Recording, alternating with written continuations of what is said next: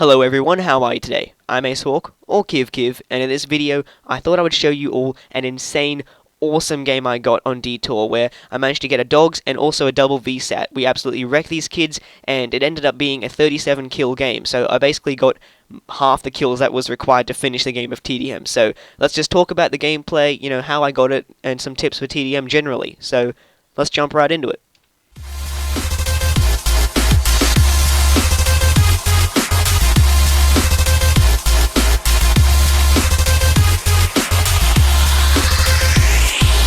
So this first streak I got over here was just my normal vsat, and I was getting close to the dogs, but then I get an unbelievably bad wallbang. These little orange barriers, I get wallbang through one of them, and it's absolutely insane. I got hit markers on the kid and everything. I probably should have killed him. He was probably really, really weak, but he managed to get a nice wallbang on me. In respect to that, it was actually a really lucky one. I don't know why, but they always seem to happen to me when I'm just off my streaks. Anyway, so this was just my first vsat. I managed to not get the dogs, but then Commando that I was playing with, he got a vsat, used that to my advantage, and then got myself a vsat, and then went on and got the dogs. An insane comeback. I think I started my streak that I got my dogs in when my team was around about 45 or 50, so then I got the vsat and I got the dogs as well, and I called it in just before the game ended, and unfortunately they couldn't go ham, but they managed to get me the last final kill for the game, so that was good. And yes, it was just an insane game, and my friend Inferno actually recommended this class to me to use in Team Deathmatch, and I have to say, it's a brilliant class. It's, I'll just explain to you guys as well,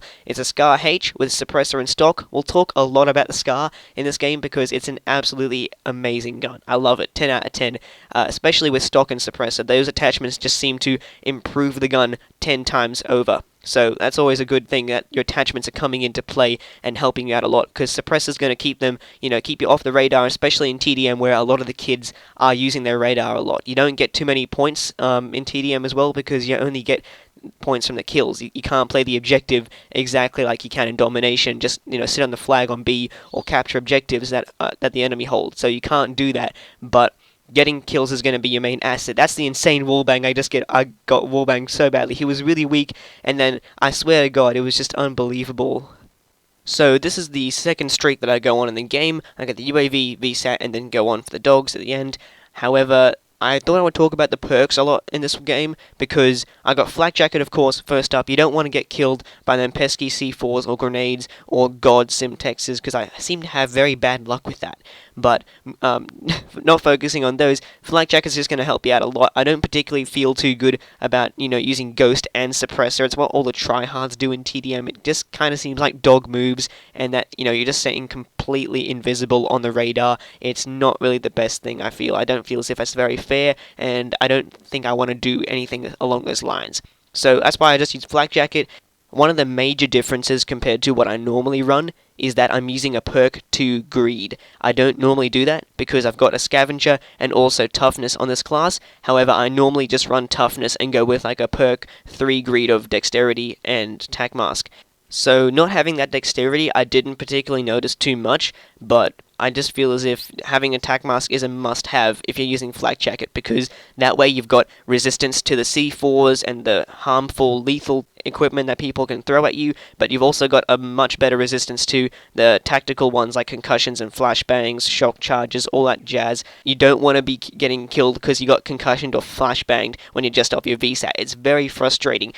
This kind of perk layout helps you out a lot, mainly because it limits the amount of effect the enemy's equipment can have on you, while making sure, thanks to Scavenger, that you can keep chucking your equipment at them, making sure they're concussed, and also C4ing the crap out of them if it ever comes to that situation. Just quickly touching about Detour, simple map, 3 sides, middle, left, and right. Make sure that you watch out for the snipers, because they're going to be going for some quad feeds and stuff like that, all that jazz. So make sure that you watch out for them on the head glitches. They're going to be pretty pesky, but if you can get the advantage over them and keep them in the spawn trap, you'll be set.